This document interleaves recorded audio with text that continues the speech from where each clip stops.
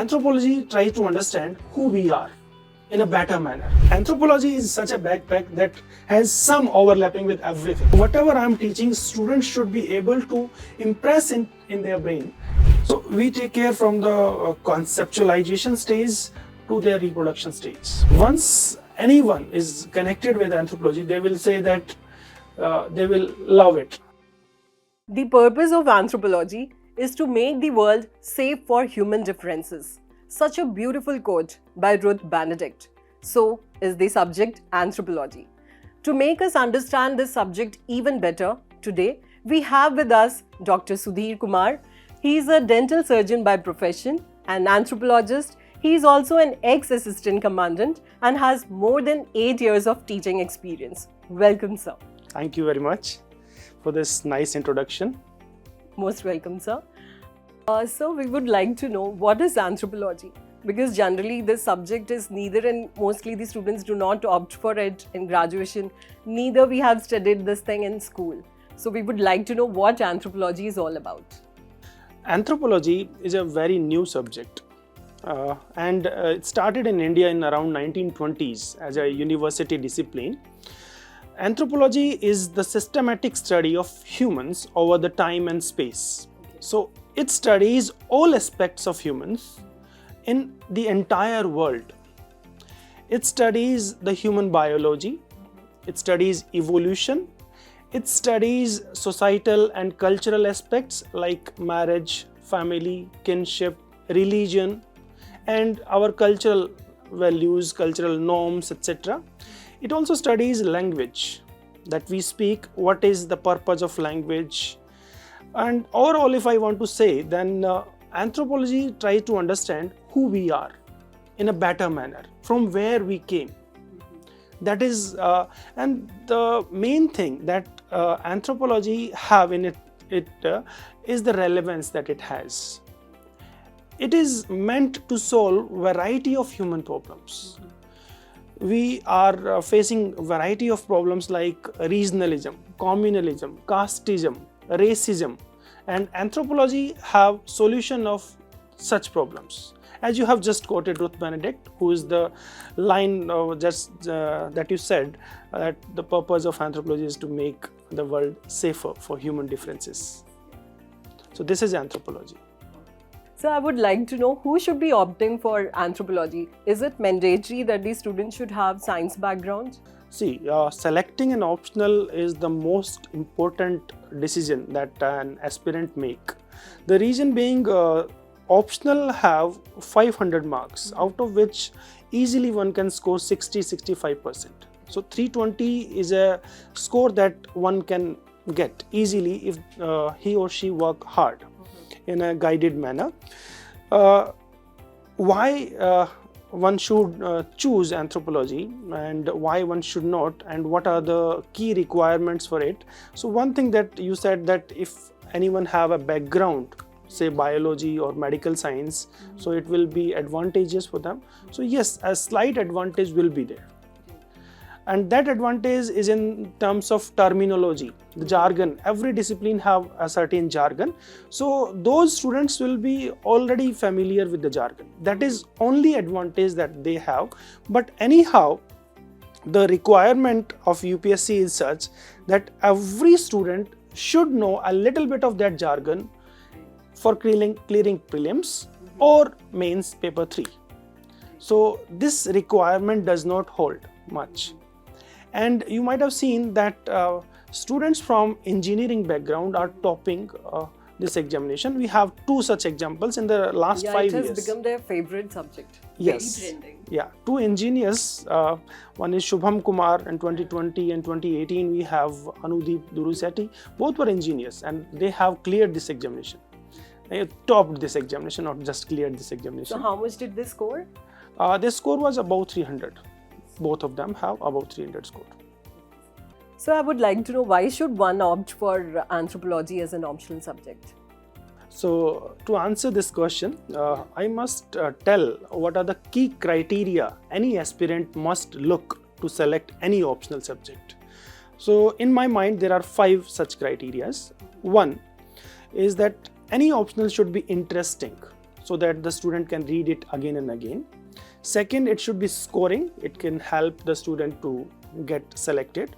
Third, its syllabus should not be too massive, so too large, and the syllabus should not be very dynamic. Then the nature of questions that are asked in this examination, it should not be too tricky. And finally, whether it has any overlap with GS or not. So these are the 5 criteria that I consider necessary, any student should consider before selecting any optional. Anthropology fits in all the 5 criteria. So let me explain that.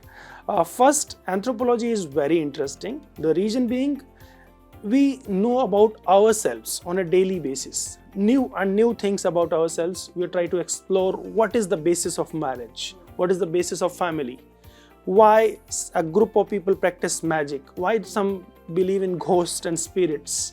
So we know about our own behavior. So that is very interesting. We know about our past. Then it is scoring undoubtedly. The reason for it, and we have 300 is already the benchmark for anthropology. Mostly yes. Students score more than 300. So it has a basis also. It is not just that people are scoring today and it will not be very scoring tomorrow. It is not like that. The reason being, element of objectivity is there in anthropology because of biology and because of archaeology. So score will be fairly high if students prepare well and complete the syllabus comprehensively. So it is scoring. Third point is that its nature of syllabus. It's short and it's static. Why it is short? Because anthropology studies everything about us. There is a very famous anthropologist, the pioneer of anthropology in Britain, E.B. Tylor, Edward Bernard Tylor.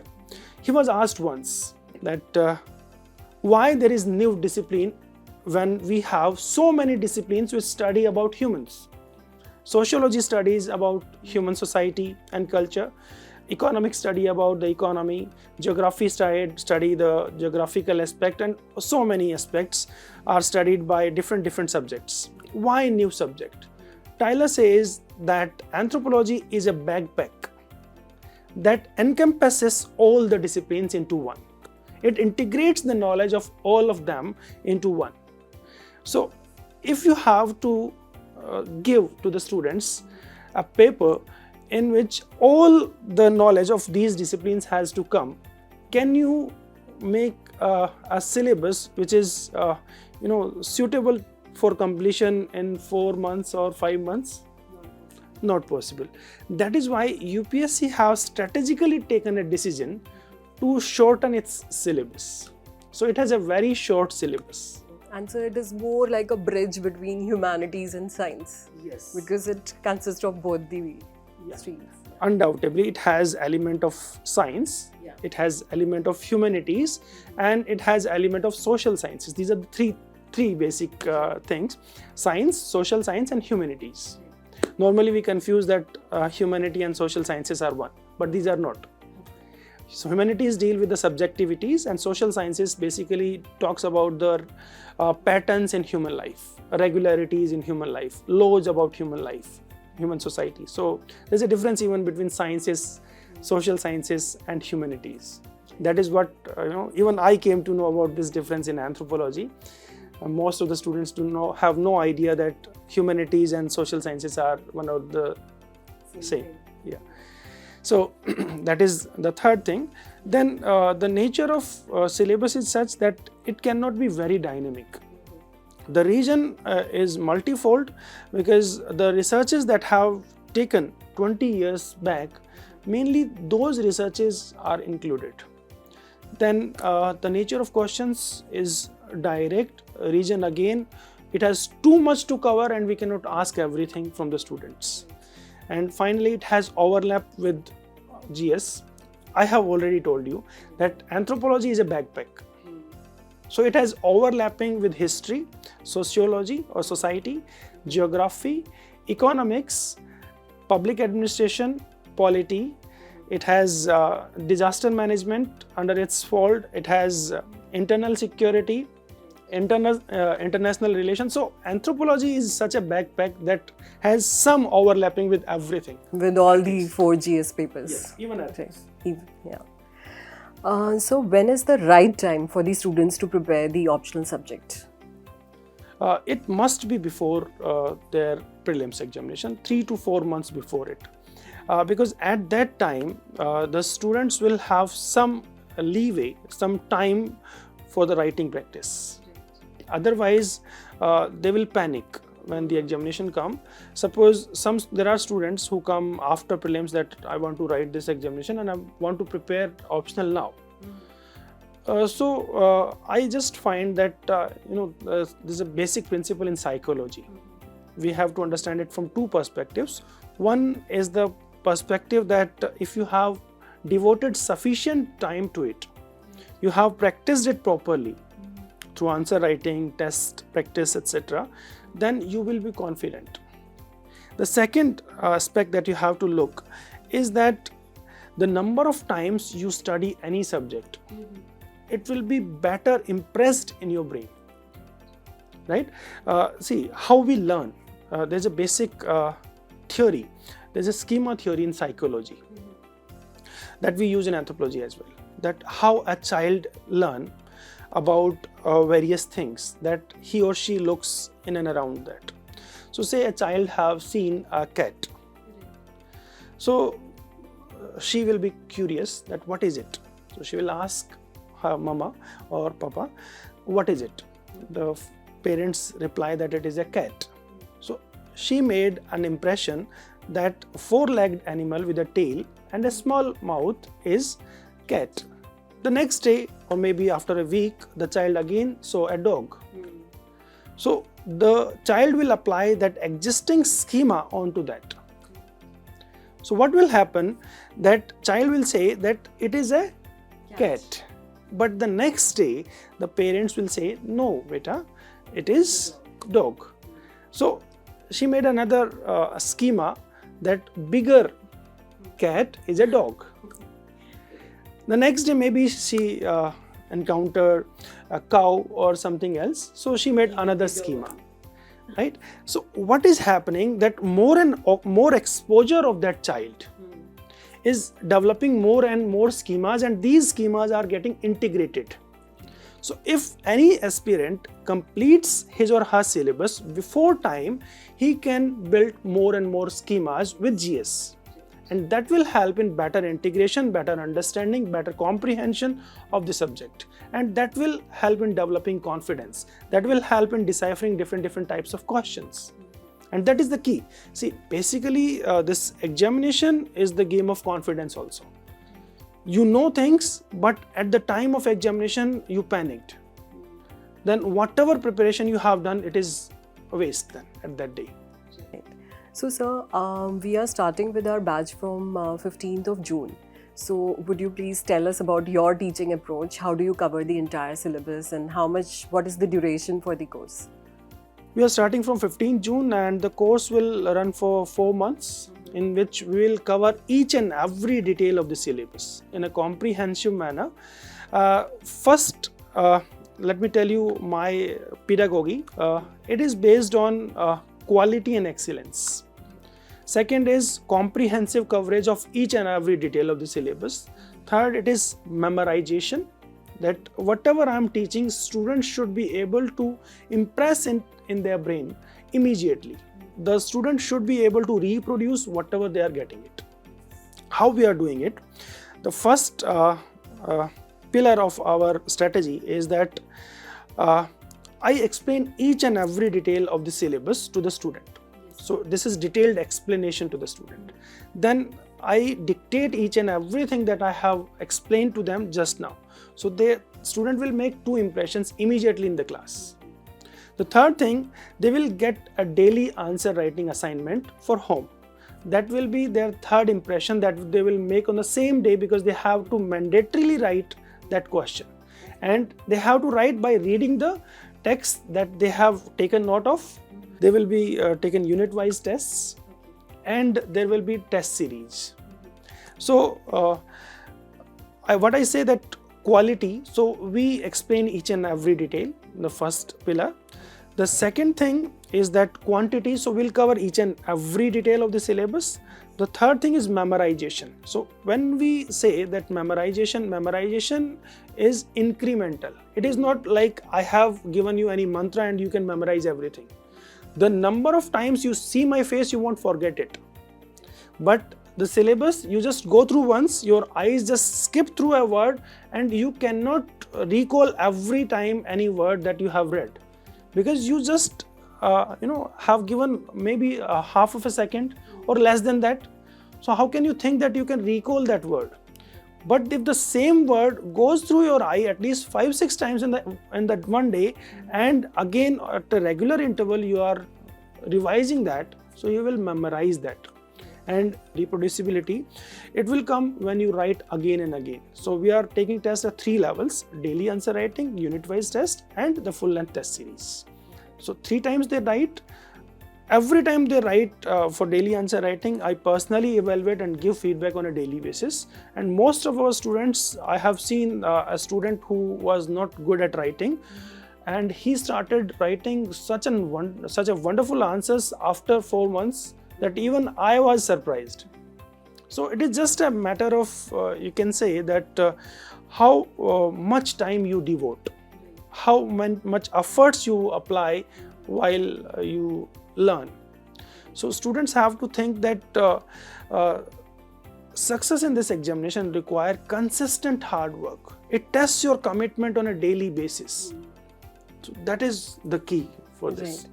So the test series would be after the prelims, right? Yes, it will be after the prelims. Why we are not giving alongside? The reason is they are already getting so many answer writing assignments, unit-wise tests. So there is no need to give them at that moment. It is always better that a strategic planning should be there. So this is our planning. Like daily answer writing will give them daily, you can say, test for themselves. Then unit-wise test help them to recall what they have studied. And the full-length test, the purpose of that test is to test them in the 3 hours time frame, that how much they can recall, how effectively they can write in the stressful environment of the test.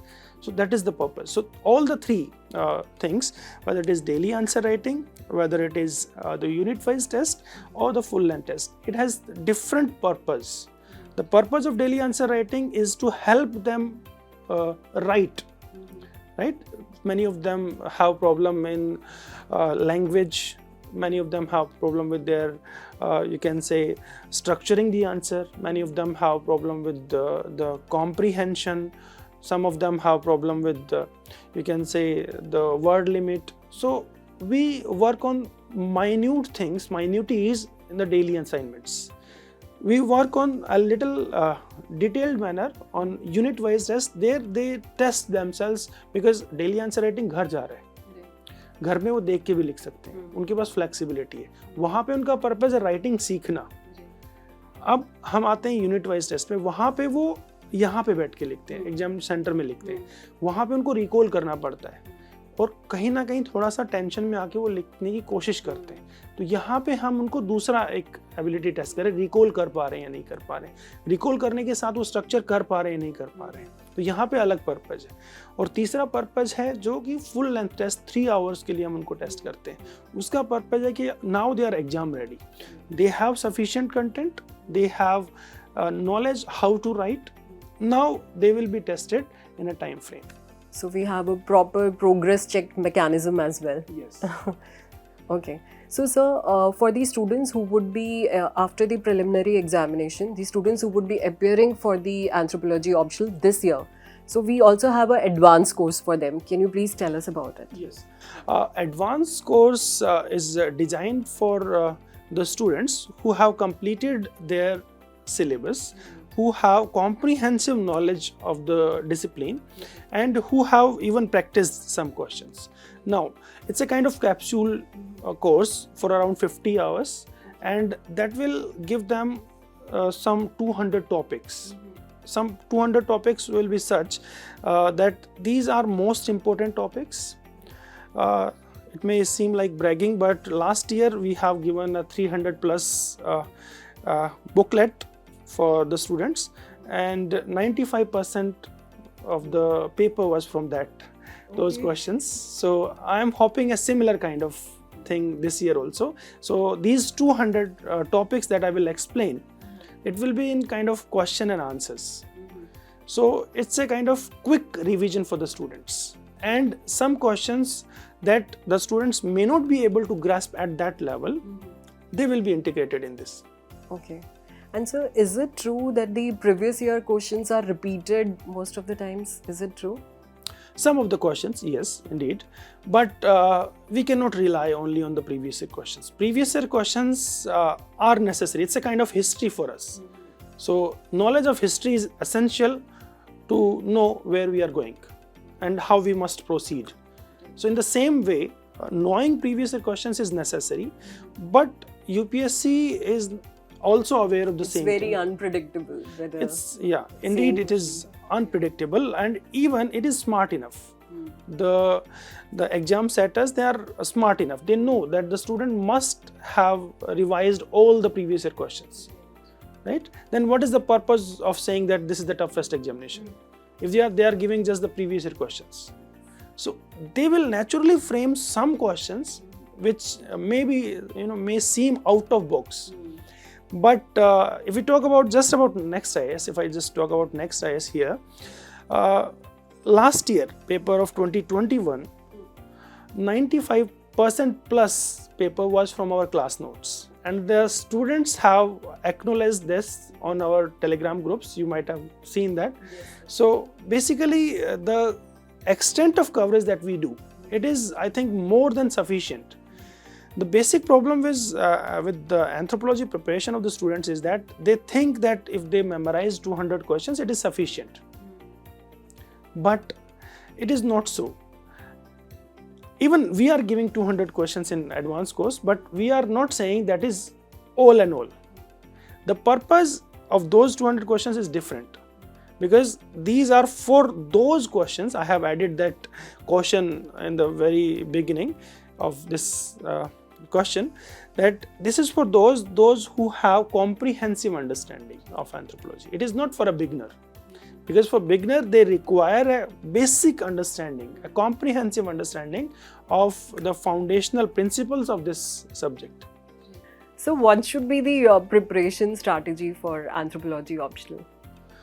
So we can see that preparation strategy can be different for two categories of students. One, those are preparing on self, and second, who are taking coaching.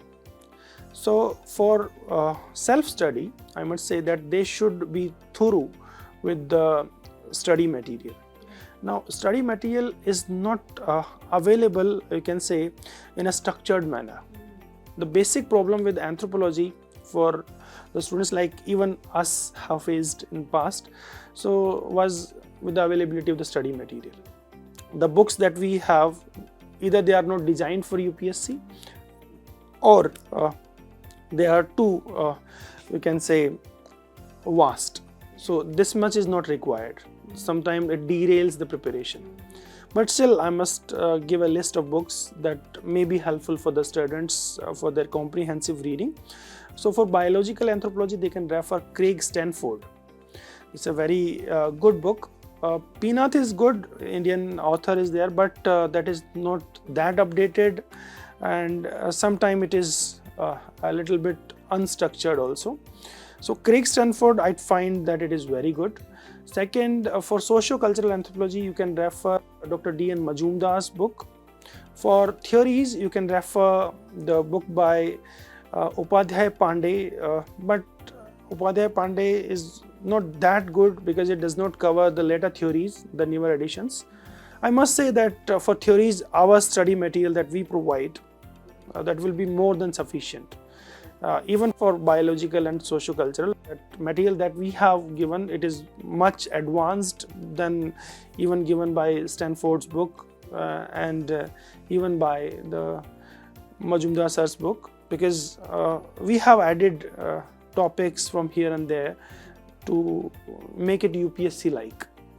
For archaeology, students can refer D.K. Bhattacharya, but again the world archaeology, it is not that comprehensively covered because it is mainly for the Indian sites.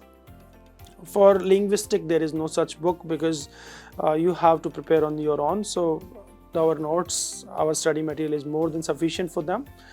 For Indian society and Indian tribes, we can refer the Nadeem Hasnan's book. These are good books. So this is the book list for self-study. But self-study, should be strategic. One should have a guidance for someone. Guidance is necessary.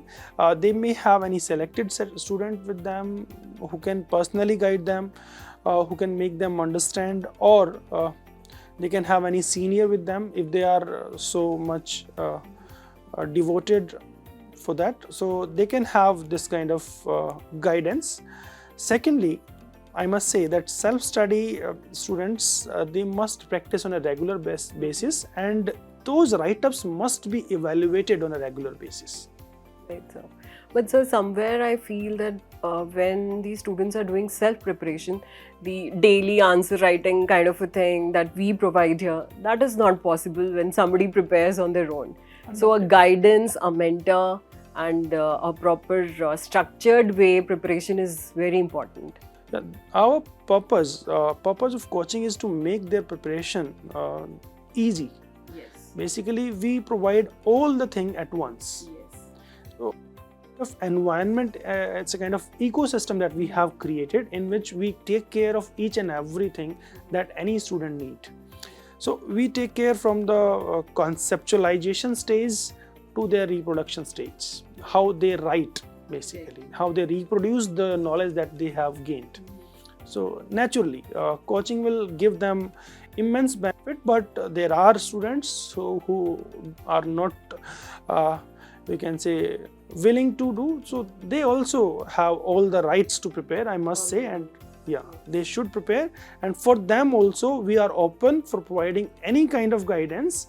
If they come here, we are always open. So whatever time we have, we will definitely devote for them too.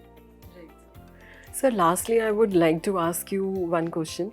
How anthropology had impacted in your life, if we talk about it that way? If I say that personally, it made me a better human. It made me think about various things in a rational manner. I started questioning things that I find that sometime maybe in the religious domain it will be much apt to say, like I'm wearing some amulets my mother gave, and when I was studying medicine, dental sciences, so at that time I used to question these things that क्या होता है इनसे. But अब जब anthropology मैंने पढ़ी तो मुझे पता लगा कि इनका बहुत ज़्यादा वैल्यूज़ है. हमें लगता था कि जो दिवाली पे गिफ्ट देते हैं इनसे क्या फ़र्क पड़ता है. Now I started realising that it has a very big role in our social consolidation. Solidarity development is, you can say, key outcome of this. So there are many things, and most importantly, I can analyze any problem of the society if I am just going on the road. So in traffic, and I can see anthropology. When I am sitting here in this room interviewing with you, I can see anthropology here.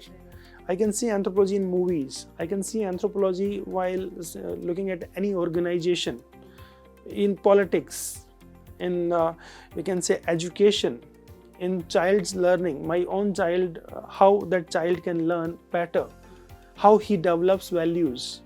So I have seen anthropology. Now I feel that everything that I do is somehow connected with anthropology. And that is what is the beauty of anthropology. Once anyone is connected with anthropology, they will say that they will love it, and whenever they find time, they want to read anthropology. So, sir, today we have understood why students have fallen in love with this subject and why it has become so popular among the students. Thank you, sir. Thank you so much for your valuable insights. And students, if you have any queries related to anthropology, like sir had just now said, you can anytime come to us and discuss with sir one-to-one, or you can also speak to our academic counselors. Thank you so much. Thank you. Thank you.